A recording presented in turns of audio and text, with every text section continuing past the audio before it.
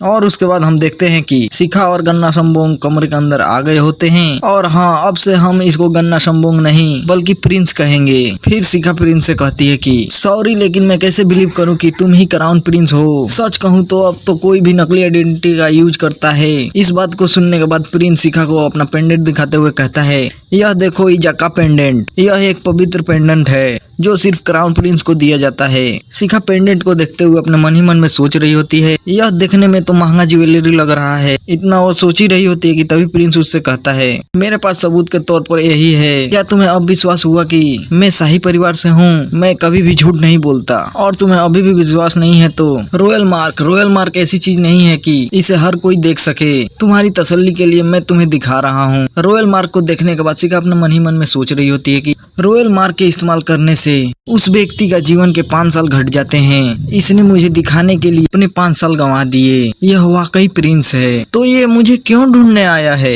इतना शिखा सोच ही रही होती है कि तभी प्रिंस उससे कहता है, शिखा मैं तुम्हारे लिए एक प्रपोजल लेकर आया हूँ। शिखा उस प्रपोजल को देख के प्रिंस से कहती है, यह आदमी कौन है? तुम मुझे इसे क्यों दिखा रहे हो? और प्रिंस उससे कहता है, इस व्यक्ति को सिर्फ कोलेब एगोन एम्पेरियर वर्ल्ड से कोई जानता होगा। शिखा उस फोटो को देखते हुए कहती है, क्या कोलेब एगोन?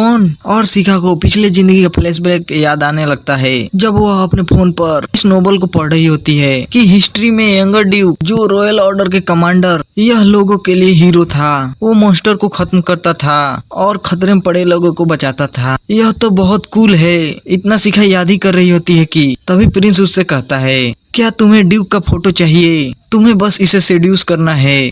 यह बात सुनने के बाद शिखा काफी ज्यादा शौक हो गई होती है और कहती है, क्या? और प्रिंस उस पर गुस्सा होते हुए कहता है, मुझे परवाह नहीं कि तुम कैसे उसे सेड्यूस करोगी, तुम बस उसे अपने प्यार के जाल में फंसाओ, ठीक है? और शिखा प्रिंस को इतने गुस्से में देख डरते हुए कहती है, ठीक है प्रिंस। और शिखा अपने मन ही मन में सोच रही होती है, आज तक मैंने कभी भी किसी लड़के को सेड्यूस या इस्तेमाल नहीं की हूँ, लेकिन यह प्रिंस मुझे कहाँ फंसा रहा है। फिर प्रिंस शांत होते हुए कहता है, मुझे माफ करना तुम पर गुस्सा होने के लिए। चलो ठीक है, मैं इसकी पूरी सच्चाई बताता हूँ तुम्हें। मेरे कहने का मतलब क्या था, ड्यूक को कोई भी दिलचस्पी नहीं है और तुम्हें, लेकिन एक रूमर्स फैल रहा है ड्यूक के बारे में। और शिखा प्रिंस को इतना शांति से बात करते हुए देखकर अपने मन ही मन में सोच रही होती है कि मैं खामोखा डर रही थी इससे। मेरे पास मौका था इस एग्रीमेंट को मना करने का, लेकिन मैं कोशिश भी नहीं की मना करूं। तभी प्रिंस शिखा से कहता है, क्या तुम्हें अजीब नहीं लगता कि ड्यूक की उम्र 2090 साल हो चुकी है, लेकिन अभी तक उसने किसी को डेट नहीं किया और ना ही उसकी कोई गर्लफ्रेंड है। इसीलिए हम चाहते हैं कि तुम उसे अपने प्यार के जाल में फंसाओ और हम तुम्हारी ड्यूक से मीटिंग करवाने के लिए मदद भी करेंगे। तुम्हें बस इतना ही करना है कि मजेस्ट्री के बर्थडे में और नए साल के सेलिब्रेशन में शामिल होना होगा। अब से 6 महीने बाद तुमको ड्यूक के पार्टनर के रूप में वहाँ पर जाना होगा। और शिखा इस बात को सुनने के बाद अपने मन ही मन में सोच रही होती है कि एक अनमैरिड आदमी के साथ वहाँ पर जाना, यह तो गर्लफ्रेंड जैसा ही है। कोई भी हमें गर्लफ्रेंड बॉयफ्रेंड ही समझेगा। यह तो प्रिंस मुझे बहका रहा है। तभी प्रिंस उसे एक चेक देते हुए कहता है, यह रॉयल फैमिली के द्वारा ग्रांटेड चेक है। इसमें 1000 सोने के सिक्के हैं। यदि तुम इस काम में सक्सेस हो गई तो तुम्हें इसका डबल दिया जाएगा। शिखा इतने पैसे को देखकर काफी ज्यादा हैरान हो गई होती है और सोच रही होती है,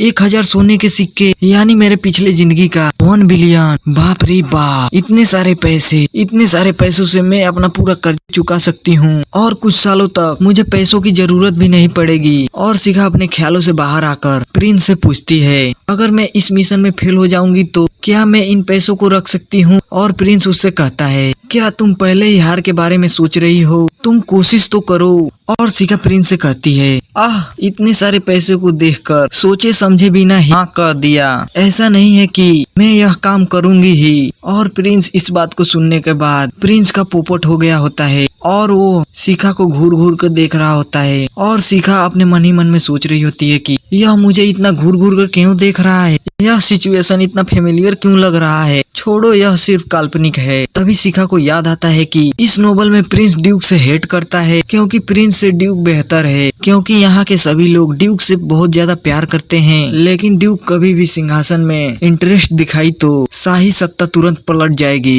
इसीलिए प्रिंस ने ड्यूक की शादी साधारण परिवार में करवाई ताकि उसकी बढ़ती पॉपुलैरिटी को दबाया जा सके। प्रिंस ने हर तरह का प्रयास किया और कई सारी लड़कियों को ड्यूक से मिलवाया और उन उन लड़कियों से कहा कि ड्यूक को सेड्यूस करो, लेकिन सभी उसमें फेल हो गयी। इतना शिखा सोच ही रही होती है कि तभी उसे याद आता है कि रुको एक सेकेंड, जो भी लड़कियां ड्यूक को सेड्यूस करने में फेल हो गई थी या जिन्होंने इस प्रपोजल को माना किया, उन सभी को इस प्रिंस ने मरवा दिया था। इतना याद आते ही शिखा काफी ज्यादा डर गई होती है और कांप रही होती है और कांपते कांपते सोच रही होती है कि मैं फिर से मरने वाली हूँ। अगर मैं हाँ भी करूँ तो इस मिशन में फेल हो जाऊंगी, क्योंकि मैं इस नोवेल की मेन कैरेक्टर नहीं हूँ, और मना भी करूंगी तो इस मिशन में फेल हो जाऊंगी तो प्रिंस मुझे मार डालेगा।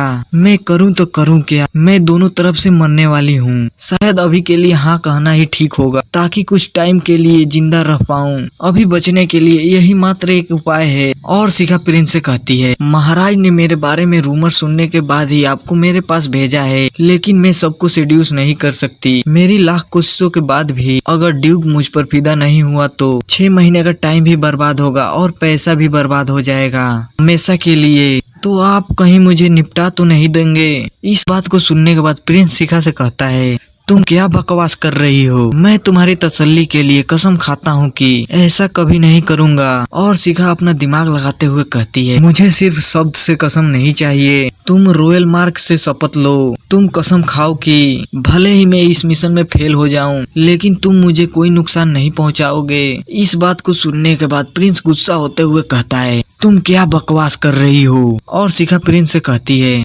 अगर आप रॉयल मार्क से ही शपथ लेंगे तो ही मुझे यकीन होगा। शायद कुछ लोगों के लिए अपने जीवन का 5 साल गंवाना कुछ नहीं है, उनमें से प्रिंस एक हैं। इस बात को सुनने के बाद प्रिंस अपने मन ही मन काफी ज्यादा गुस्सा हो रहा होता है और शिखा इस नोवेल के बारे में सोच रही होती है कि नोवेल के अनुसार प्रिंस ने एक बार शपथ लिया था ताकि लंबे समय तक वह राज कर सके। और प्रिंस गुस्से से शिखा से कहता है, यह तुम क्या बकवास कर रही हो? क्या तुम्हें किंग पर भरोसा नहीं है? और शिखा भी उतने ही गुस्से से कहती है, अगर तुम गलत नहीं हो तो खुशी से कसम खा क्यों नहीं लेते? इस बात को सुनने के बाद प्रिंस गुस्से से उठते हुए कहता है, तुम्हारी इतनी हिम्मत। प्रिंस को इतने गुस्से में देखकर शिखा अपने मन ही मन में सोच रही होती है कि मैंने प्रिंस को काफी ज्यादा उकसा दिया है, लगता है कि आज मेरा मरना तय है, लेकिन मैं एक बार अपने बचाव के लिए ट्राई कर सकती हूँ। फिर शिखा प्रिंस से कहती है, तुम इतना ज्यादा गुस्सा क्यों हो रहे हो? तुम्ही ने तो कहा था कसम खा के